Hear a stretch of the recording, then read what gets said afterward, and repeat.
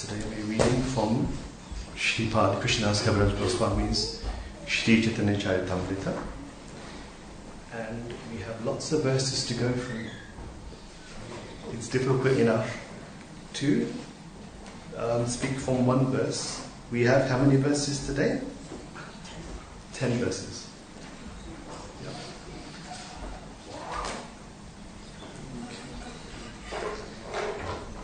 So we'll be reading from text number 144 until 155. 154. 144 to 154. So I'll just I'll recite the verses. There's actually a few small purports as well.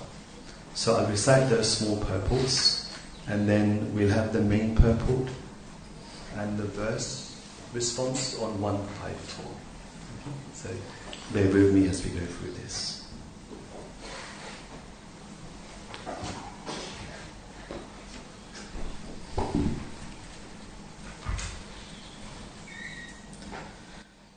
भक्त कहे गुरु आज्ञा है या बलवान गुरु आज्ञा ना लागिय शास्त्र प्रमाण. Sarvabhaum Bhattacharya said, the order of the spiritual master is very strong and cannot be disobeyed. That is the injunction of the Shastras, the revealed scriptures. Then there's a verse from the Raghuvamsh, which is a poem by Kalidas. Sa shushravan matari bhargavena pitur niyogat prahritam dvishadvat pratyagrihit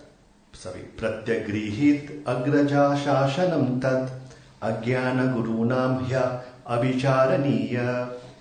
Being ordered by his father, Parashuram killed his mother, Renuka, just as if she were an enemy. When Lakshman, the younger brother of Lord Ramachandra, heard of this, he immediately engaged himself in the service of his elder brother and accepted his orders. The order of the spiritual master must be obeyed without consideration. Small purport by His Divine Grace, Srila Prabhupada. This is a quotation from the Raghuvamsh, chapter 14, text 46.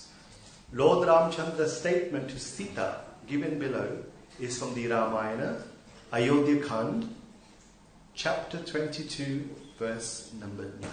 So this is the verse that Lord Ram recited to Sita in the Valmiki Ramayana.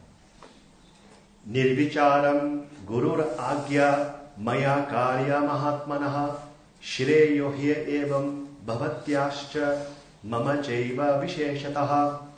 The order of a great personality like a father must be executed without consideration, because there is good fortune in such an order for both of us. In particular, there is good fortune for me. And now back to CC. Tabe Mahaprabhu Thanre Kaila Angikara Apana Shri Anga Sevaya Dila Adhikara. After Sarvabhaum Bhattacharya said this, Shri Chaitanya Mahaprabhu embraced Govinda and engaged him in the service of his personal body. Prabhur Priya Bhritya Kari Sabhe Kare Mana Sakala Vaishnavera Govinda Kare Samadhana. Everyone respected Govinda as the dearest servant of Shri Chaitanya Mahaprabhu, and Govinda served all the Vaishnavas and saw to their needs. Chota Bara Kirtaniya Dui Haridasa Ramai Nandai Rahe Govindera Pasha. Both Haridas Senior and Haridas Junior who were musicians, as well as Ramai and Nandai, used to stay with Govinda. Govindera Sangha Kare Prabhura Sevana Govindera Bhagya Sima Nayaya Varnana. They all remained with Govinda to serve Sri Chaitanya Mahaprabhu. Therefore, no one could estimate the good fortune of Govinda. Aradine Mukunda Tata Kahe Prabhurastane Brahmananda Bharati Aila Tomara Darshane. The next day, Mukunda Dutt informed Sri Chaitanya Mahaprabhu, Brahmananda Bharati has come to see you. Agya deha yadi tane aniya etai Prabhu kahe guru deha yabe tandra thani. Mukunda Dutt then asked the Lord, shall I bring him here? Sri Chaitanya Mahaprabhu said, Brahmananda Bharati is like my spiritual master. It is better that I go to him. Eta bali Mahaprabhu bhakta gana sanghe Chali aila Brahmananda Bharatira age. After saying this, Sri Chaitanya Mahaprabhu and his devotees came into the presence of Brahmananda Bharati. And now verse for today. Sri Chaitanya Mahaprabhu and his devotees approached him. They saw that he was covered with a deer skin. Seeing this, Sri Chaitanya Mahaprabhu became very unhappy. Purport. Brahmananda Bharati belonged to the Shankara Sampradaya. The title Bharati indicates a member of one of that Sampradaya's 10 classes of sannyasis. It is customary for a person who has renounced the world to cover his body with a deerskin or the bark of a tree. This is enjoined by the Manu Samhita. But if a sannyasi who has renounced the world simply wears a deerskin and does not spiritually advance, he is bewildered by false prestige. Sri Chaitanya Mahaprabhu did not like to see Brahmananda Bharati wearing a deerskin.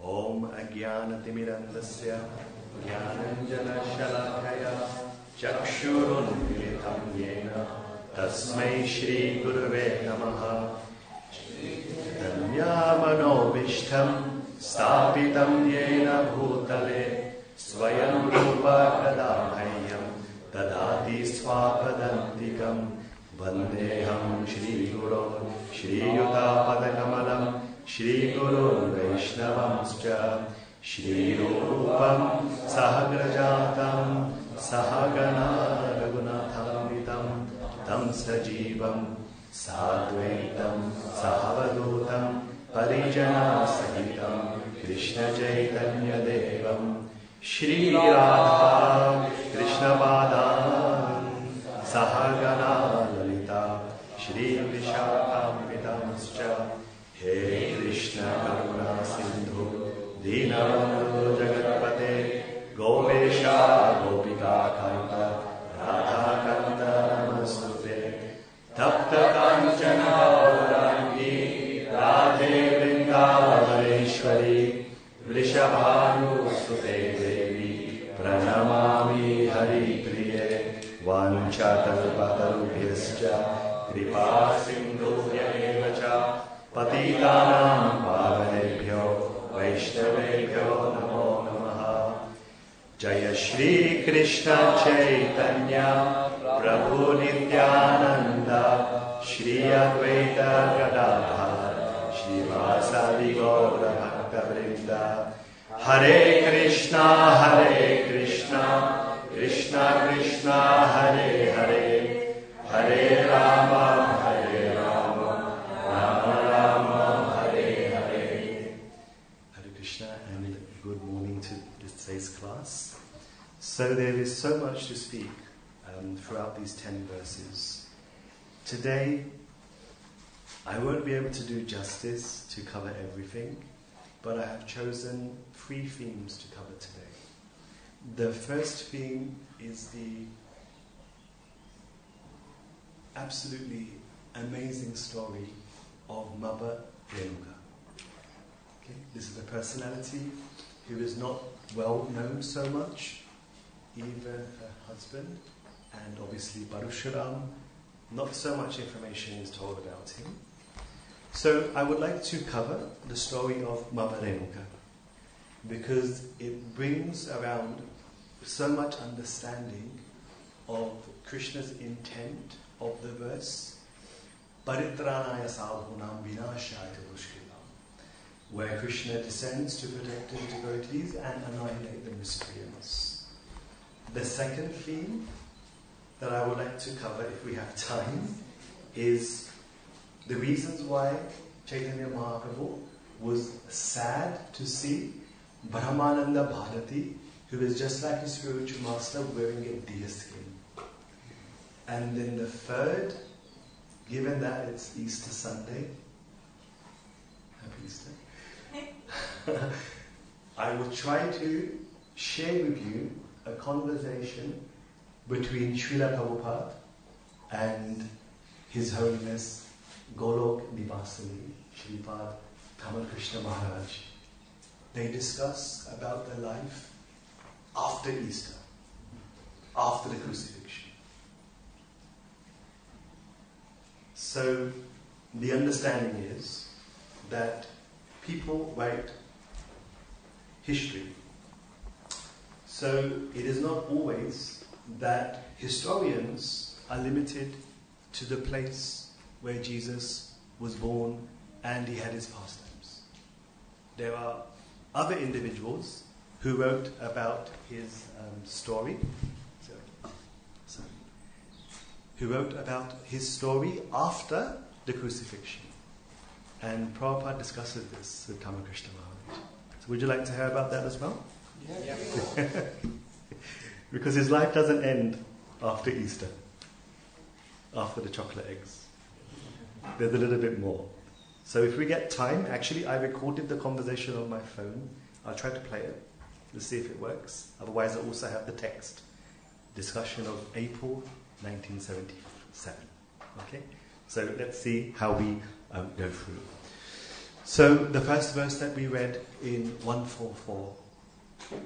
All of us know that in the 10 offences, offence number 4 is Gurur Avagya, to disobey the orders of the spiritual master. This is from the Padma Purana. So we all understand how important this is. And primarily because the spiritual master is the representation of the Chaitanya Guru. In Chaitanya Charitamrita, Kaviraj Goswami explains that the Lord in the heart, he manifests in the form of the spiritual master. So if you do Guru Avagya, if you disobey the orders of the spiritual master, it is the same as committing an offence against Lord Krishna. There is so much more to discuss on this matter, but one of my favourite offences is number 4. When I mean by favourite, because I see this done so much, actually. Shruti Shastra Nindanam, to blaspheme the Vedic literatures or literatures in pursuance of the Vedic version. This is something which is very subtle, but my general observation is that if Srila Prabhupada did not comment on something, then be very careful. Because you never know that you may be breaching offence number 4. And this is a very important point. And it happens again and again and again, at least in my circles. So I try my best to ensure that this offence is not committed. Better to say, I don't have the answer, or I don't know. Because that way then you can be limited to your reality, and also avoid committing offences, whether it's discussing about the so-called limitation of the Vedic literatures, or whether it's criticizing other scriptures because, for example, one is following the Western view on Vedic civilization. These things should not happen. They're very dangerous. And therefore, offense number 4 is very meaningful.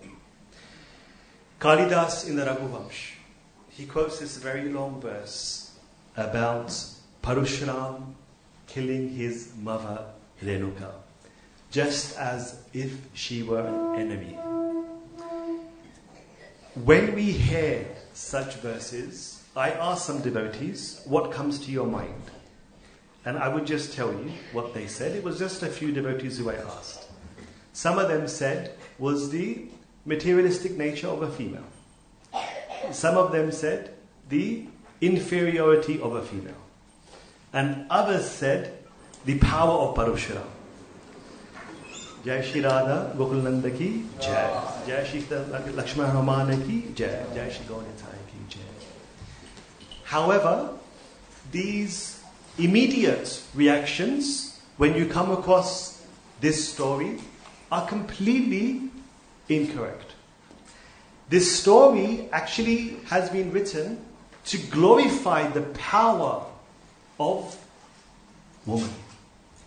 This story has been written to explain the importance of women.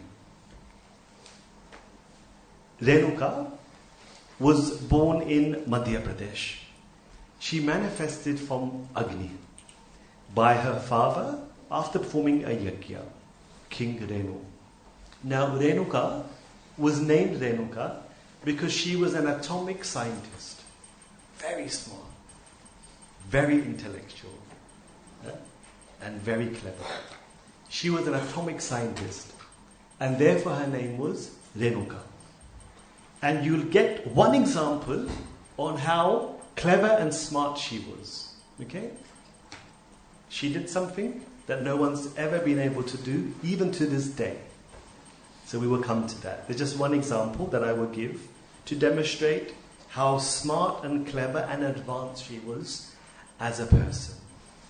At the age of 8, she mastered the scriptures and she became very respectable in the academic community. It is said that the son of Jamadagni, he once upon a time came to the kingdom of King Renu. And when he saw Renuka, he asked her father for a hand in marriage. Jamadagni, actually it's a very long story which I won't get into, but he is the son of Maharishi Bhrigu. And Bhrigu, you will know, is the personality who can travel everywhere.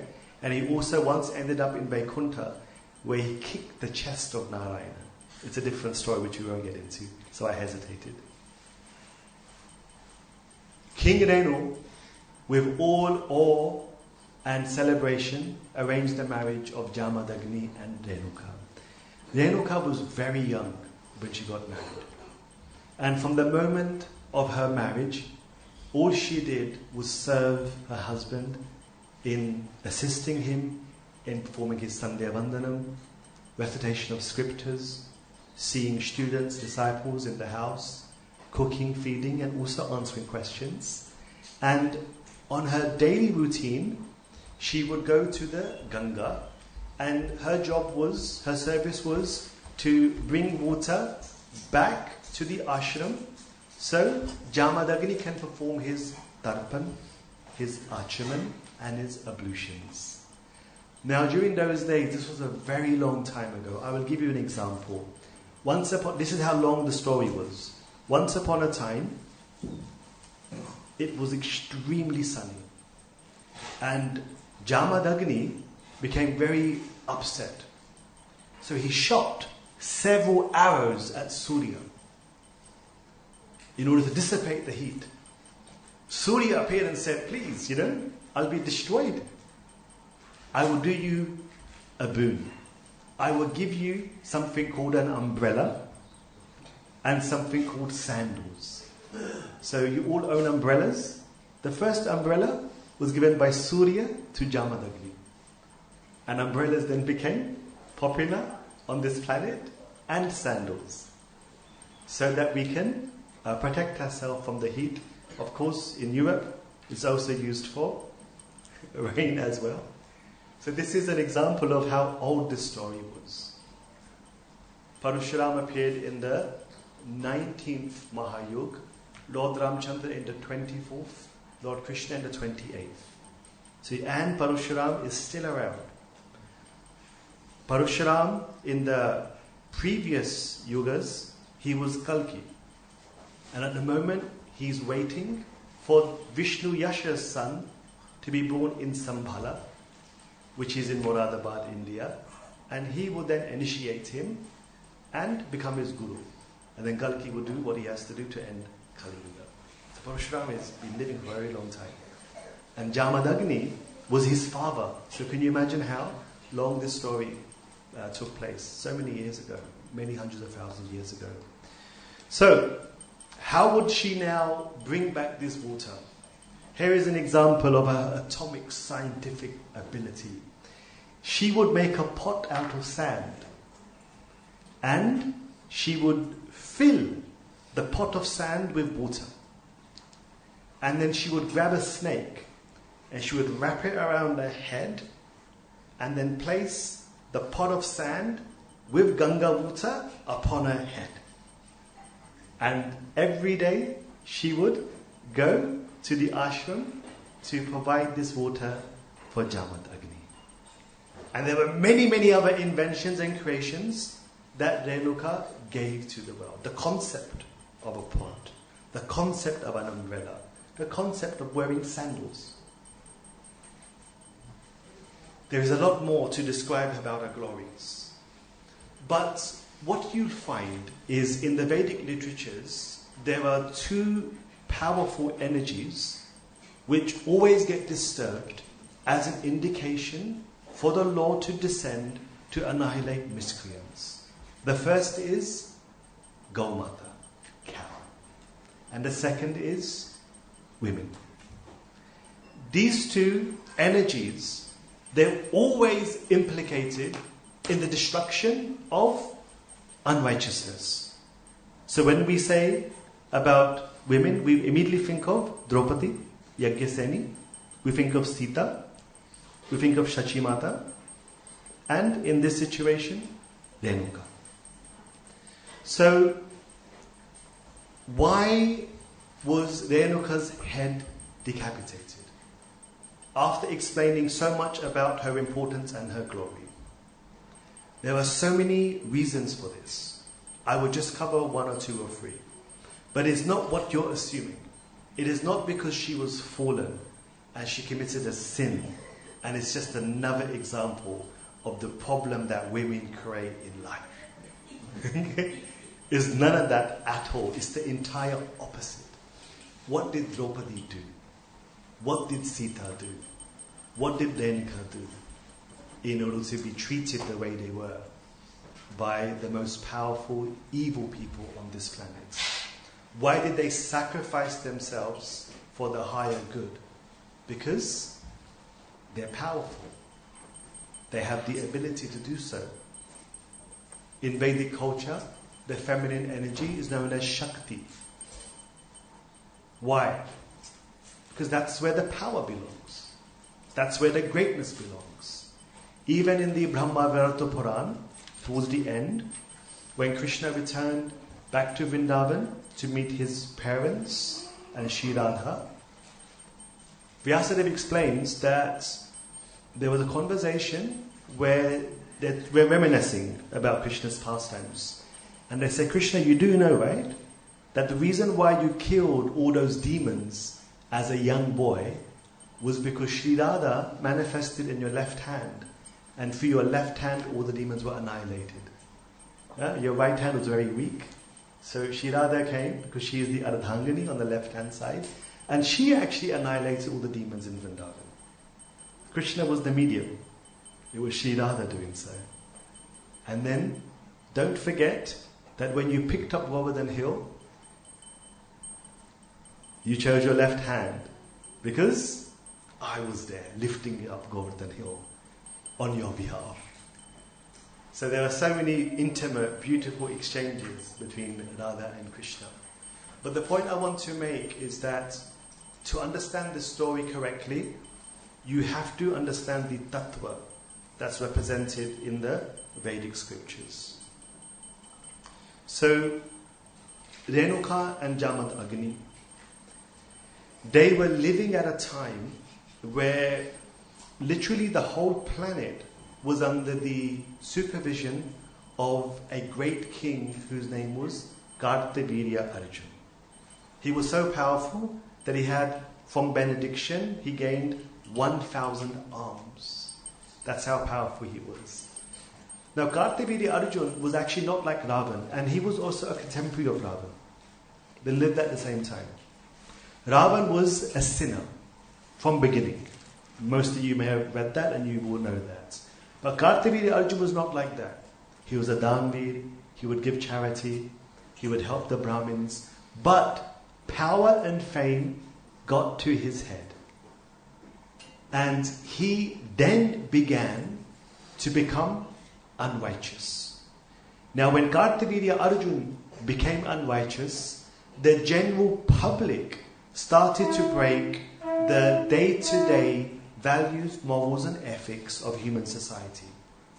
And one example in the Srimad Bhagavatam is that even Chitrangada, the king of the Gandharvas, even he was free to roam around naked in sacred pools of water, enjoying with the Apsaras and celestials. As you know, that in the Vedic culture, there are so many rules and regulations. Now, what is very, very important to note, it is not possible to understand all of the rules and regulations by yourself, by your readings. This is why there is a parampara.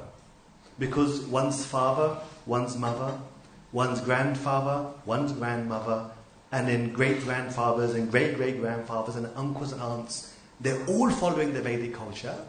And it's a combination of all of their readings that children inherit. That is how you learn things. You don't learn culture just by reading a book. It will be limited. For example, many people, I will give you a practical example. Many people, when they drive to the temple, they try to bring their car as close as possible to the entrance. Right? This is true. Did you know that by doing so, one destroys their piety that they're going to accumulate to visit the Krishna in the temple? Because it's not allowed, actually. Driving to the temple by a vehicle is actually not recommended. It destroys your piety.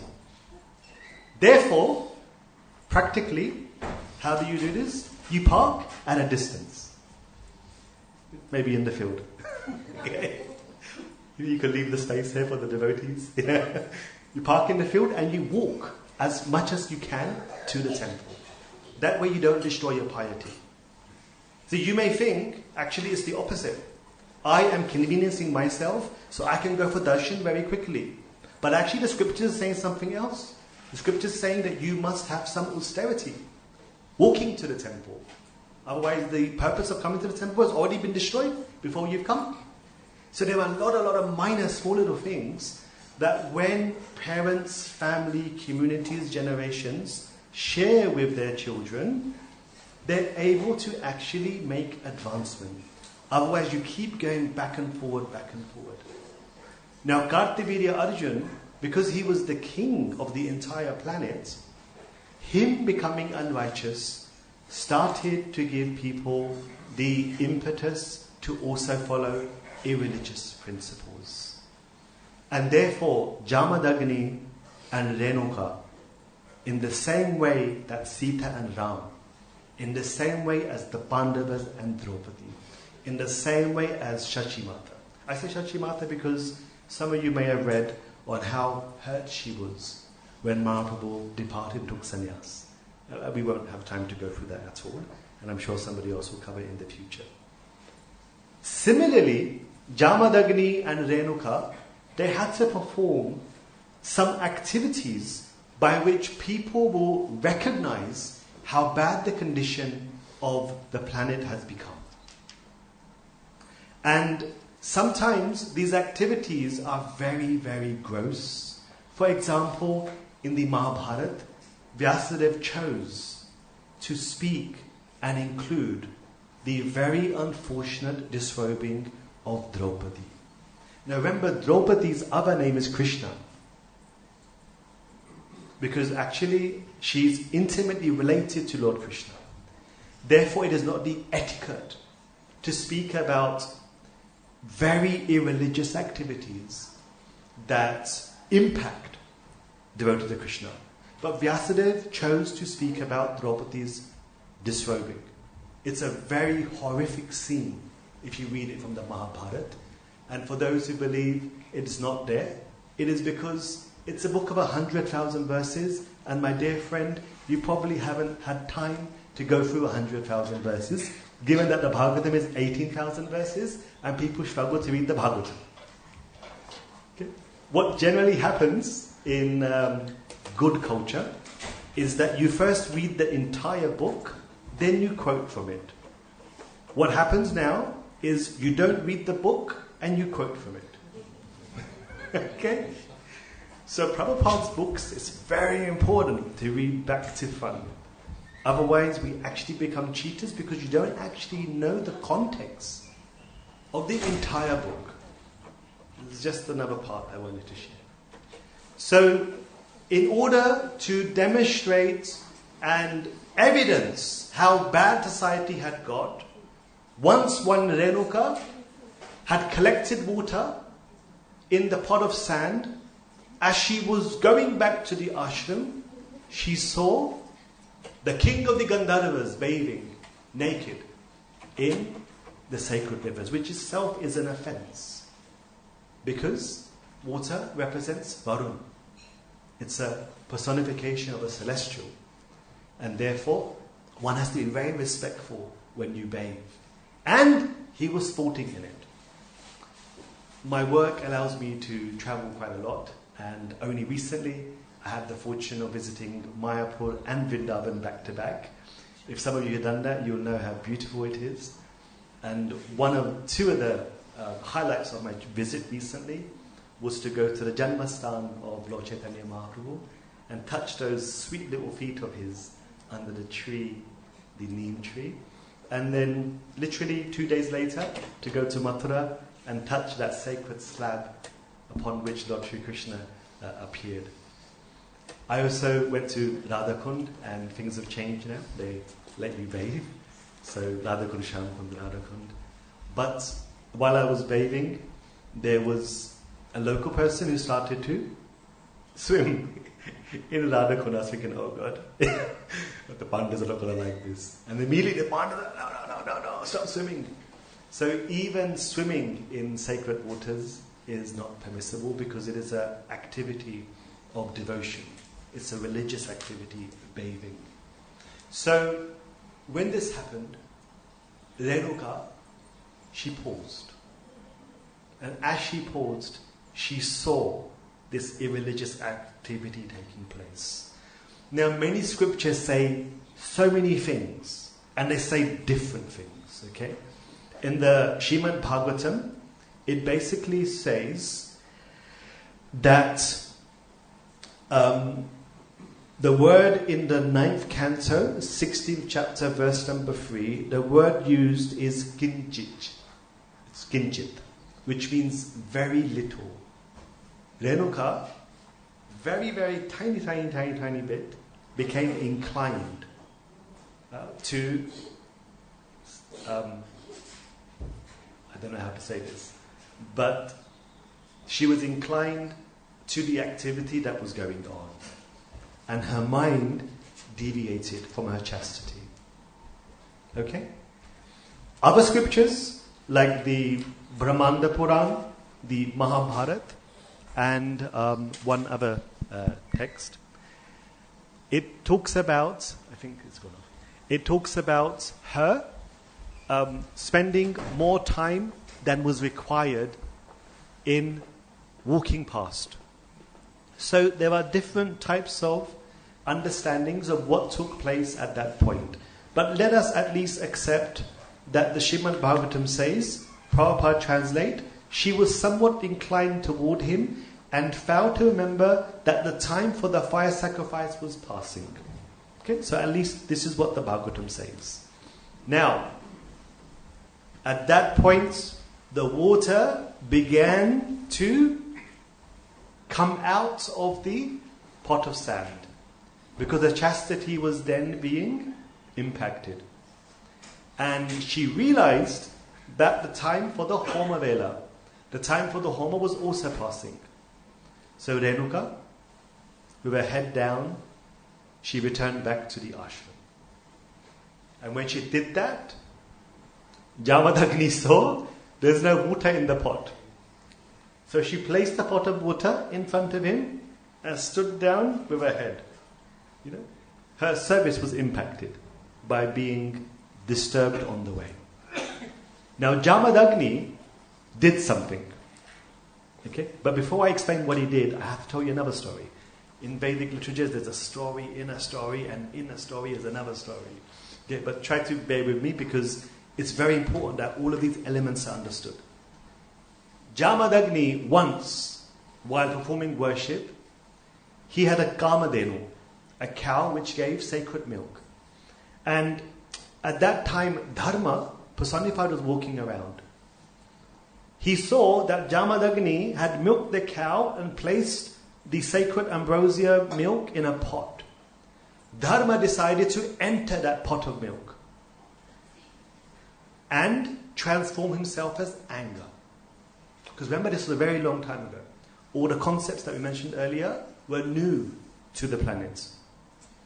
And he entered into the pot of milk as anger to see whether or not Jamadagni's tapasya will get broken and shattered. Jamadagni, unknowingly, that Dharma, who had converted into anger, entered into the pot of milk, drank the pot of milk. And Dharma was waiting to see if Jamadagni becomes impacted by this sin that's entered the milk. A bit like the sin of the apple. Give it that as Easter. Nothing happened. Jamadagni had the milk and he had more because it was so tasty, and nothing happened to him. Dharma immediately manifested in front of Jamadagni and said to Jamadagni, how comes you are not impacted? My son, I give you the boon that in life, Kama Esha, Krodha Esha, Rajogun Samudbhava, that anger and lust arise from passion, and Krodha Bhavati Sammoha, Sammoha Smriti Vibhramaha, that Krodh is the beginning of destruction. However, in your life, I bless you that every time you become angry, it will be a blessing. Something good will come out. So when Jamadagni saw that Renuka had returned late, there was no water for the Abhyukshana Patra Stapana, for the establishment of the sacred water pot from which the sacred lines are drawn and water is offered to Agni as part of the consecration rites. He became furious. He became angry. And he shouted at his wife.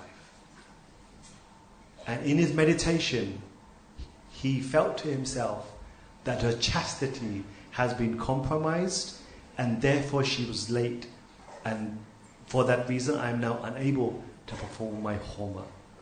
Immediately, Renuka, she left that place. She took the shelter of saints and devotees and she started meditating. Every day, she would collect rice, and from one half of the rice, she would give it to devotees to eat, and from whatever was left, she would consume. She'd done this fast for 3 days.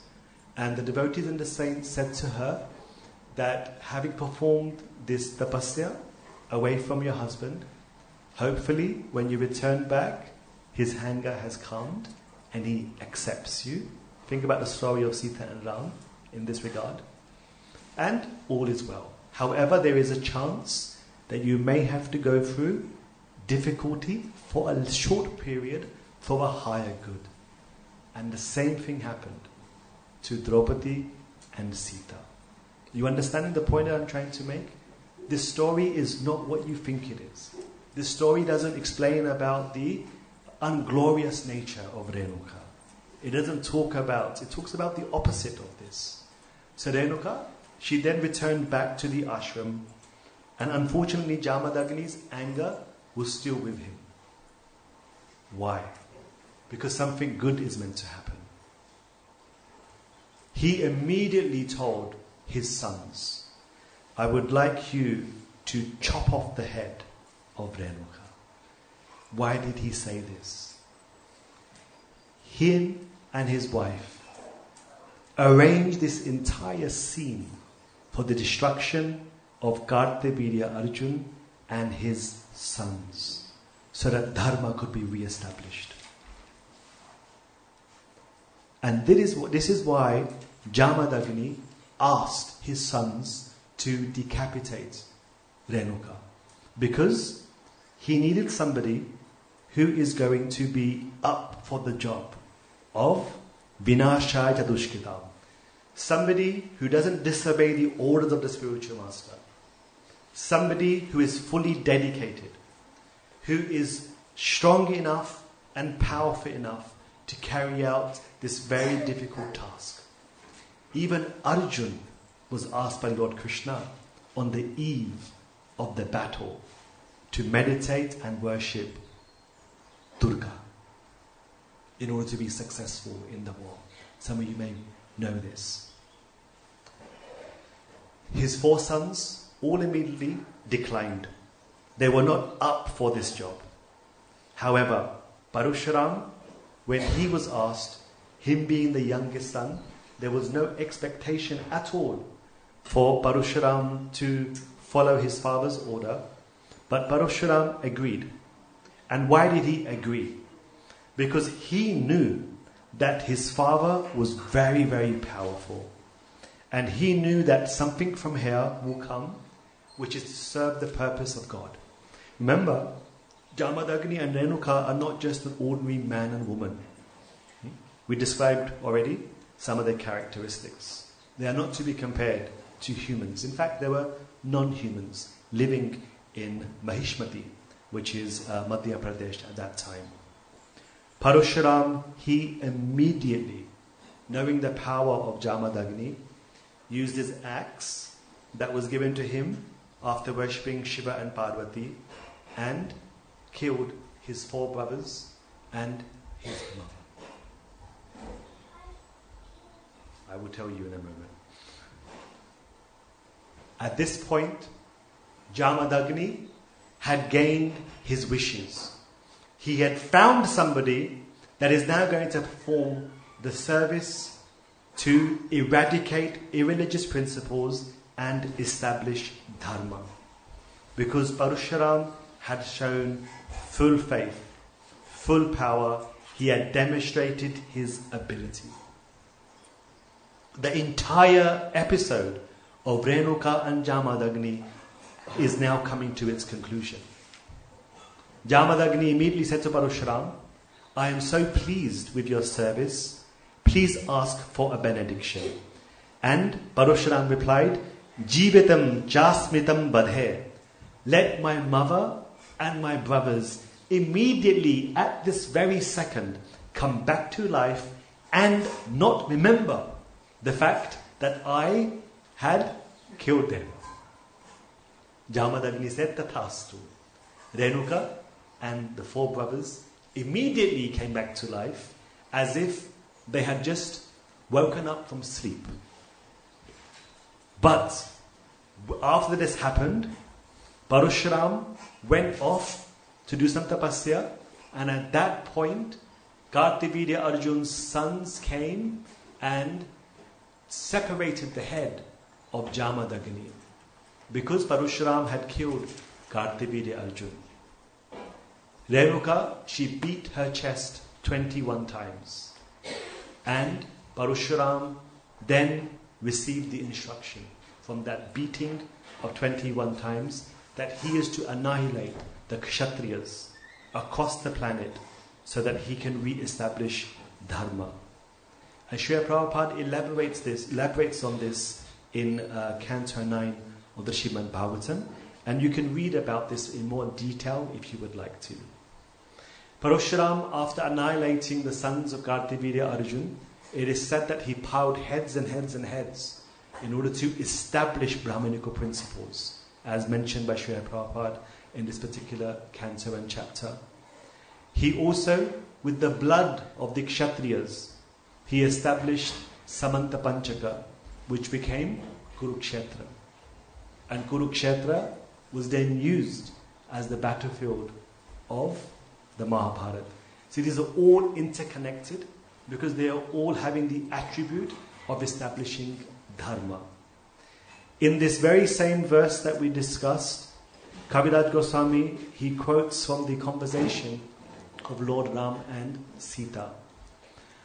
There is also a view in the scriptures where the Guru's orders can be disobeyed. And one example is when Lakshman is talking to Ram about exile, and he mentions to Ram that I don't agree that Dashrath's order for you to go into exile is correct. And some of you will know that Lakshman had actually offered to kill Dashrath and Bharat and Shatrughna and re-establish Lord Ram's coronation. He actually mentions that Guru apyabaliptasya karya akarya majanataha. When a guru follows unrighteous paths and is filled with pride and arrogance and does not know how to discriminate between good and bad, such a guru deserves to be disciplined. So there is a whole other episode of talking about this secondary aspect as well, which we won't get into now. But Lakshman is an example of quoting this verse. Kaushalya actually said to Lord Ram that in the way that Dashrath is your guru, I am also your guru. And she actually said, Tvam naham anujanami. I do not want you to go to exile. And Lord Ram disobeyed his first guru's order to go into exile, Kaushalya. So there are also examples where to uphold righteousness, personalities of Godhead have also gone across the general realms of dharma to re-establish a higher purpose. In Chaitanya Charitamrita, we read that Brahmananda Bharati, he appeared in deer skin. And Srila Prabhupada quotes the Manu Samhita in this regards. In the Manu Samhita, the deer skin is actually attributed to the brahmachari initiation. So when a child of the upper varnas, of the Brahman, Kshatriyas and Vaishyas receive Upanayanam, at that point actually they're given the skin of a deer. And why is this? Some of you, I know, would understand that when you perform yogic practices, you mustn't sit without any asana because of the way the energies emanate from Bhumimata into one's personality and one's meditation. There's a whole yogic philosophy around this. And for this reason, asanas or cloth are required. Because some of you will know that in Vedic culture, there is also the application of being a Digambara. Digambara means where you are without clothes as well. So why particular deer? It is said that actually there are certain types of clothing and skin types that people were offered during those days. For example, wearing a deer skin increases knowledge. Wearing a tiger skin gives you fosters liberation. Wood, all benedictions. Kusha grass, longevity. Silk, health. And a wooden plank represents nishkamya karma, or activities which are unmotivated by desires or rewards. Chaitanya Mahaprabhu, out of these, his asana was made from a wooden plank. Why? Because he was on the path of unconditional bhakti. These other skins are on the path of different yogic practices. And therefore, individuals, obviously, of a junior mentality, of a junior level of spiritual advancement. And it was this asana made of wood that when Sanatana Goswami wrote to Chaitanya Mahaprabhu about the various places of pastimes that had become excavated, the various books that Rupa and Jiva and Raghunath Das Goswami had written, when that letter arrived in the hands of Chaitanya Mahaprabhu, the last line of it was that the son of Vyankata Bhatta had arrived. Gopal Bhatta Goswami, at the age of 10, he served Mahaprabhu for 4 months. And at the age of 30 is when he went to Vrindavan on the order of Chaitanya Mahaprabhu.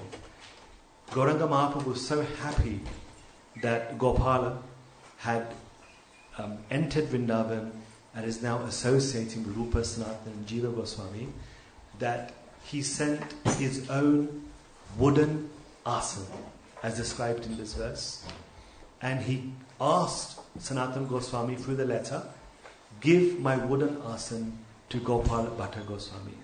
And some of you will know that together with his asana, Mahaprabhu had 2 pieces of cloth. The sannyas cloth that he was wearing and 1 spare cloth of sannyas, which he would wear when the other one was being washed. His second set, he also gave with a wooden asana. And he said, you give this to Gopal Bhatta Goswami. There was a whole procession. There was a whole huge celebration and ceremony where the Goswamis of Vrindavan, headed by Sanatan, carried the wooden asana of Lord Chaitanya Mahaprabhu and his kopin, his dori, or the string that ties the kopin, and his bahirvesh, the outer sannyas cloth. And they brought this to Gopal Bhatta Goswami, who then received it on his head. And the whole debate took place. Are these items to be worshipped, or are these items to be accepted by Gopal Bhatta? Gopal Bhatta said, they are to be worshipped. Sanatan said, no, they are to be accepted. And then Gopal Bhatta Goswami, with great sadness and great humility, he then accepted the sannyas cloth of Chaitanya Mahaprabhu and put it on. And then he was asked to sit on the wooden asana of Chaitanya Mahaprabhu. And you can read more about this in the Bhakti Ratnakar. And to this day, this wooden asana has an abhishek of Yamuna water every morning, and it's been 500 years and it hasn't decayed. I've seen it myself. And some of you may have seen this as well. Similarly, when Chaitanya Mahaprabhu saw Brahmananda Bharati with the deer skin, he did not approve of this, because he treated him like a spiritual master. And when Brahmananda Bharati, actually you would hear this next week, when he realized that Mahaprabhu doesn't approve of this cloth, because Mahaprabhu, he said, I can't see him. He's standing right in front of him. He said, I can't see him. At that point, Brahmananda Bharati realized that his cloth that he's wearing, the deer skin, is inappropriate. He should be on the path of unconditional bhakti. And therefore Chaitanya Mahaprabhu indicated to his servants to give him sannyas cloth. And then Brahmananda Bharati, just like Gopal Bhatta Goswami, took off his deer skin and he put on the sannyas cloth. And then Mahaprabhu received him as his spiritual master. Prabhupada, my final point, Prabhupada explains that Bharati is one of 10 names of sannyasis. There are 2 types of names that a sannyasi receives. The first indicates his attainment of supreme bliss. The second half of the name is harmony with the infinite vastness of the universe. And therefore there is the concept of the Dashanami sannyasis. Prabhupada explains that the 10 names are Giri, mountain; Puri, tract; Bharati, land; Vana, forest; Vana, forest; Sagar, ocean; Ashram, as we know what the ashram is; Saraswati, wisdom; Tirtha, pilgrimage; Parvata, hill. So these are the 10 suffixes of a sannyas name, of which one of those were Bharati. And actually this custom is followed by both Advaitans as well as Dvaitavad sannyasis too. It is a part of Vedic culture. We have run out of time, so I don't think I want to keep you any longer. But in essence, the story of Renuka and Jamadagni, which I tried to cover in as much detail as possible, demonstrates the importance of the pastime to facilitate Parashuram in annihilating the miscreants. We discussed briefly about the purpose of Brahmananda Bharati's wearing the deer skin and why Mahaprabhu disapproved. Firstly, it's for brahmacharis. Secondly, it's for yogis. He deserves to be of a different level. And we also discussed very briefly about the role of this in Gopalbhadra Goswami's life as well. Thank you so much. Hare Krishna. Are there any questions, comments that anybody would like to ask or make? We have about 5 minutes.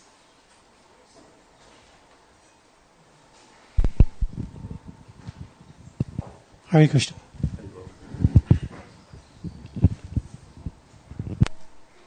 Hare Krishna, can you hear me?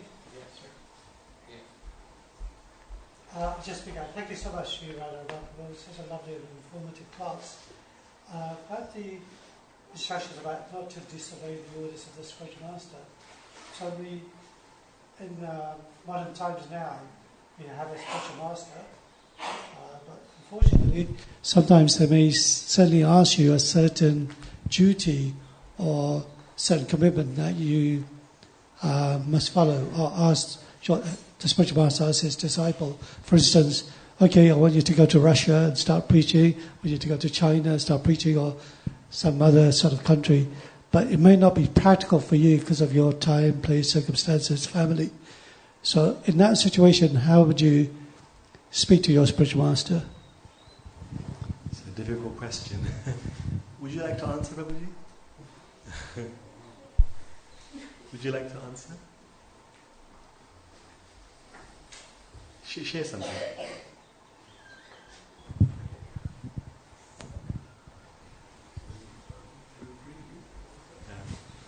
If the spiritual master gives you an order which is very difficult according to one's circumstances, then how should one deal with that? Is that right? Yeah.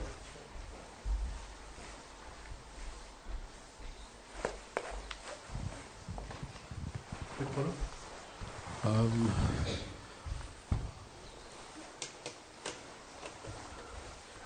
I think the first thing is one should ask for the forgiveness from spiritual master.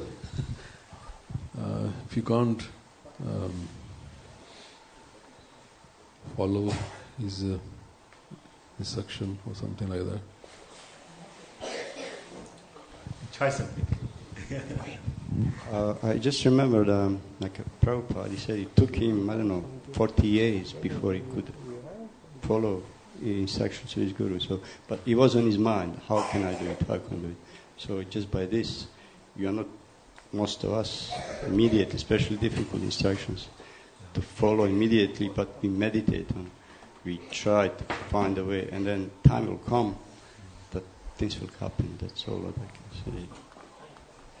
At some point it will happen. I mean, I don't follow, I have to admit, but I'm meditating.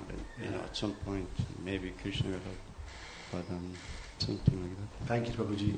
My only input would be that, practically speaking, sometimes the spiritual master may not know the individual so well.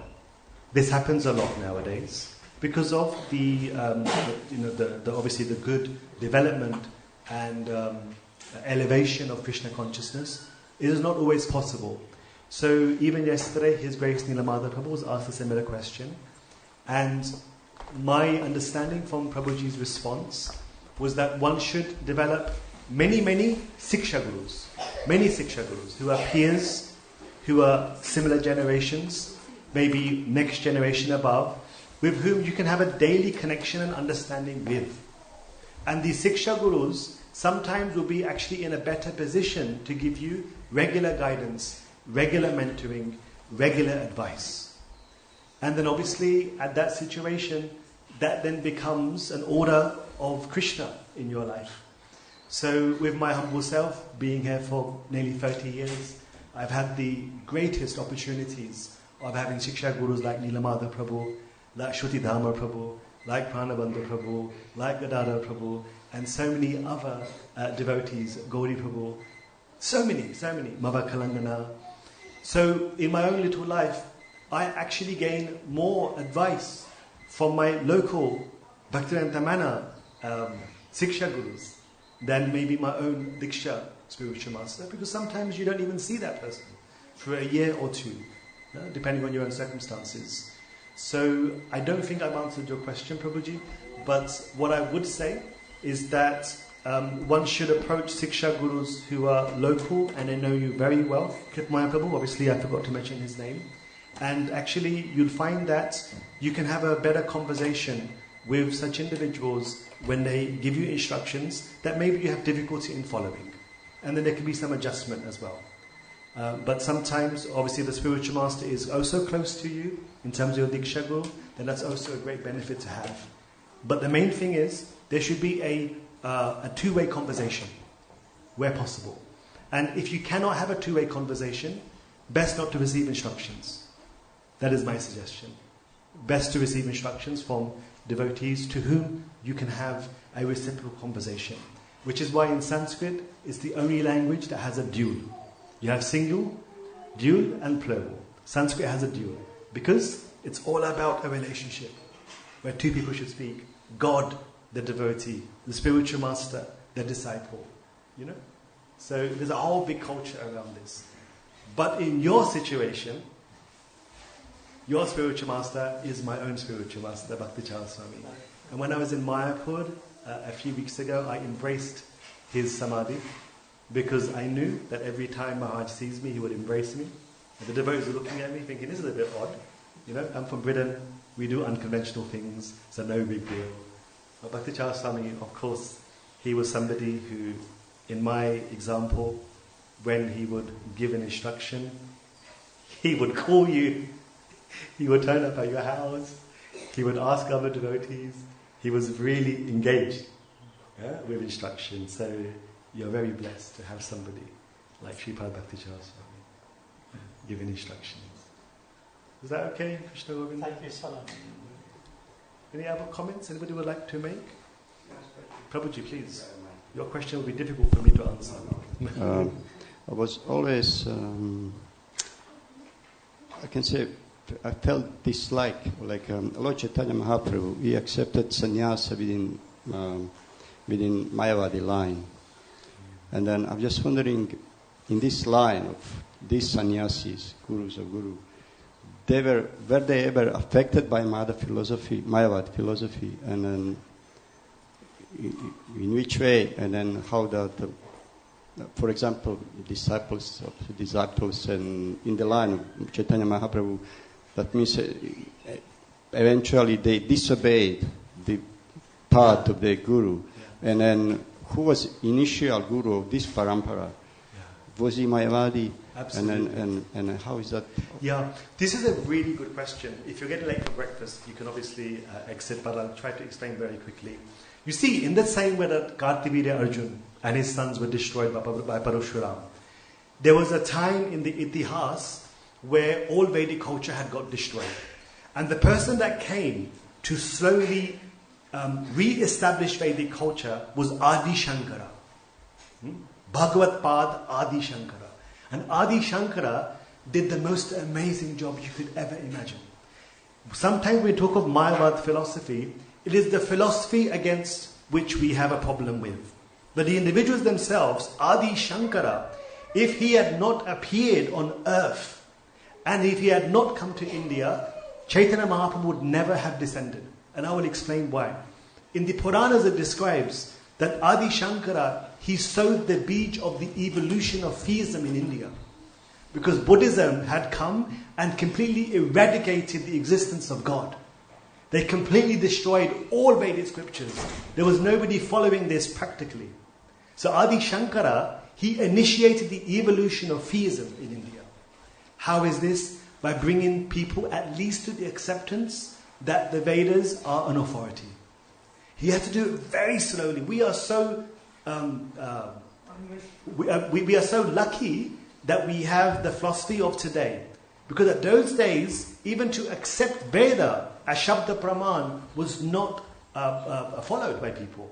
So Adi Shankara, he brought in a philosophy that started to attract people to accept the Vedic scriptures. However, to Prabhuji's question, what's very important to note that Adi Shankara himself has indicated in, for example, the prayers of Bhaja Govindam, on how he recognizes, even Prabhupada quotes in the Bhagavad Gita, the Sharirik Bhashya mentions Narayana Paro Vyakhyat, that Narayana is beyond the Supreme Brahman.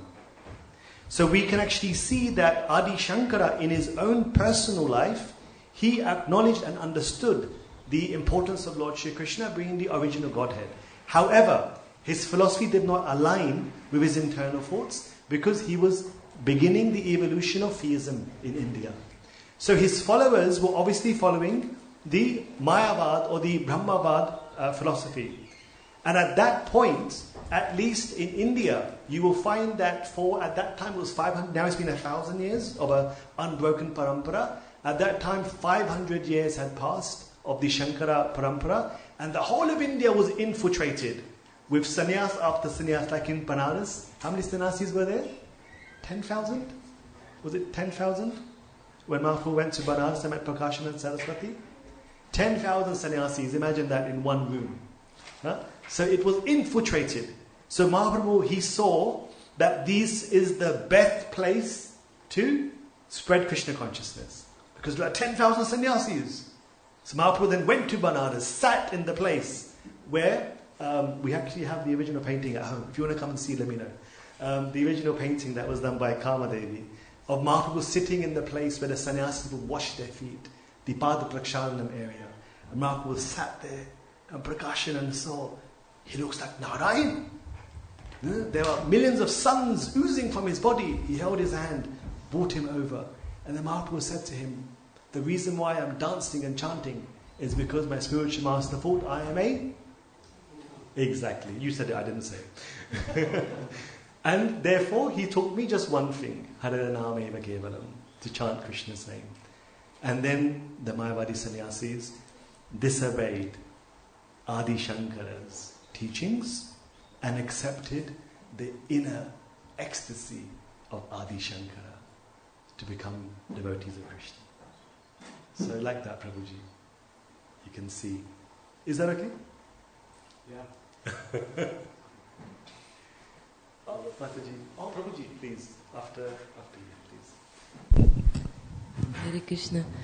First I wanted to say to Jai Prabhupada and Jai Bhakti Charu Swami for raising you so amazingly that you joyfully saying the Shastra so beautifully. Thank you. Secondary, I wanted to say that you mentioned it, and it's such an amazing story about, this lady. Like yesterday I was thinking about how wonderful actually woman position is. If you really think about it. For years I used to hate myself for being woman, yeah? And for what a fortunate man, they can go serve gurus so easily, travel with them, blah, blah. And then now I realize woman can cry and woman can run. Guys can't do that, okay? It's so much easier for girls because the ego is not there, yeah? And you mentioned it just now, and this was such a amazing connection that you just embrace samadhi of your spiritual master. You didn't care, man, boys, whoever it is, you just embraced it. And I congratulate you on that, because it means you reached the stage of girly, gopi style, so brilliant. Probably got banned. You're not going to get banned. Thank you so much for your comments. It's very important. Cooperation between, Krishna says in the Gita, cooperation between man and woman, animals, earth, nature. When all of this is done, Krishna gets pleased. We all are born with certain qualities, certain bodies. But when all of those are engaged in Krishna consciousness, then actually everyone becomes happy. So everyone is equal in the eyes of God. And everyone is sacred because of the presence of the soul that Krishna himself manifests as eternally. Yes. Prabhuji, please enlighten us. I don't know about enlightened, but an example of involving Mother Kalangana in those early days when I came here. And she was guiding me so much in many ways. And at that time, she was insisting I get a spiritual master. Because, ladies, I asked her once, will you be my spiritual master? I know it's not done. She said, I'm just a conditioned soul like you. And she punched me in the arm. But I presented, and then my present spiritual master, I say present because Mother Kalangan is not here to give me instruction. But the one thing that was a dilemma to me, and Shruti Dham took us both together, and I said to Shruti Dham how I was attracted so much to Bhaktivedanta narrations and attractive. I felt he's very, very special, and I actually went to him and said, to Bhaktivedanta Goswami, he wasn't taking. He was a sannyas, but he wasn't taking disciples at that time. But it was a dilemma with me. My Mother Kalangan insisted I get a spiritual master. It doesn't matter if they fall down. You'll just get reconnected then, again and again, until you find that somehow or other you established the link with the disciplic succession. She said that was most important. Prabhupada always said that. And so what I did, but I got to know Bhaktivedanta Goswami in his times here, and I mentioned to Shruti about how attracted I am to him, and I'm wondering if he would maybe help me in my dilemma, with Mother Kalangana.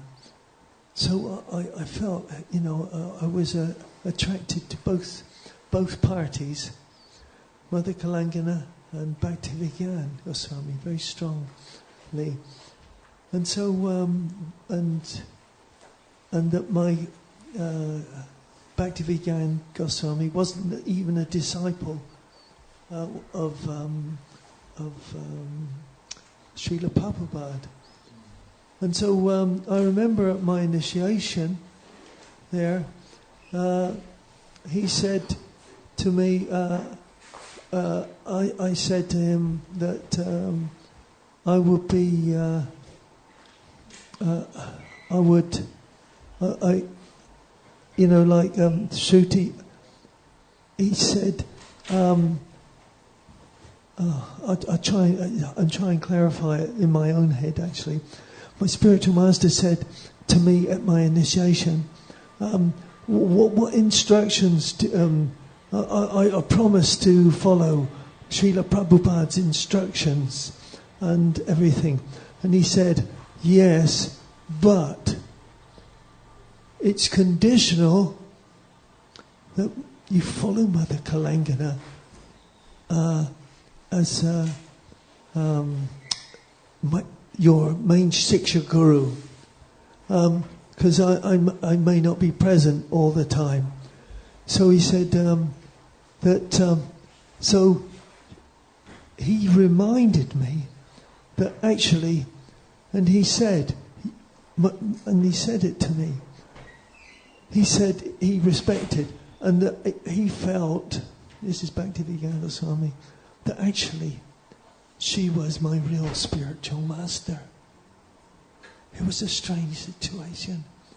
So in many ways, the Lord sort of satisfied it, but also in the humility of when Sri Dharma brought myself and Mother Kalangana together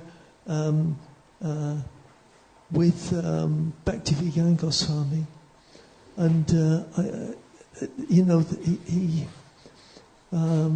it was arranged that he said when we both went in to meet Bhaktivedanta Goswami, Shruti as a neutral agent, he said, "Okay, there is dilemma here. He would like to, Peter, as I was called then, that he would like to take you on as his spiritual master. And Bhaktivedanta Goswami said, you know, as we came in, actually, he says, how can I serve you both? So he'd been talking to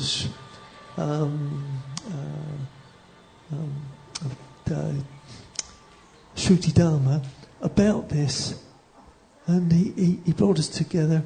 And the first thing that convinced me of Bhaktivedanta Goswami's qualification, that he says, how may I serve you both? In other words, it satisfied my necessary Shiksha Guru, Mother Kalangana, as my priority, and that if there's any dilemma, I must go to her. And it was a strange thing. And of course, even after many things happened, I was causing offences, so I lost my credibility as a devotee because of offences. I was taken out of my service.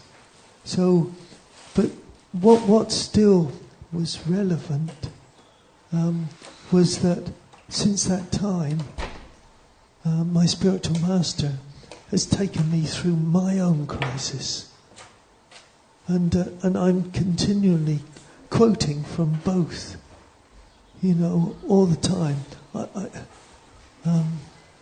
I'm not unchaste at all to following his instructions, but because he was so forgiving of my offences to others, also, that Mother Kalangana could, you know. And I still refer to her many, many times without feeling unchaste to my present spiritual master, Bhaktivedanta Goswami. You just got to hang in there until solution comes. And people hear me now. I quote often from Mother Kalangana, but also I quote from Bhaktivedanta, and his teachings now, they reinforce Prabhupada as our leader, that we must follow Prabhupada. So I don't know if it was it was a necessary period of time when I also had difficulties in following my spiritual master. Thank you for sharing your thoughts. Yeah. Grateful. I'm sorry we couldn't cover this story about post-Easter, but maybe next time. Okay, I don't want to keep you waiting any longer. Thank you so much for your patience and tolerating my attempts to talk of Baba Renuka's story. But there is a benediction that you will all succeed in your personal challenges, in your spiritual life, for anyone who has the story of Mother Renuka. That is why I shared that today. Hare Krishna. Shri Prabhupada ki jai.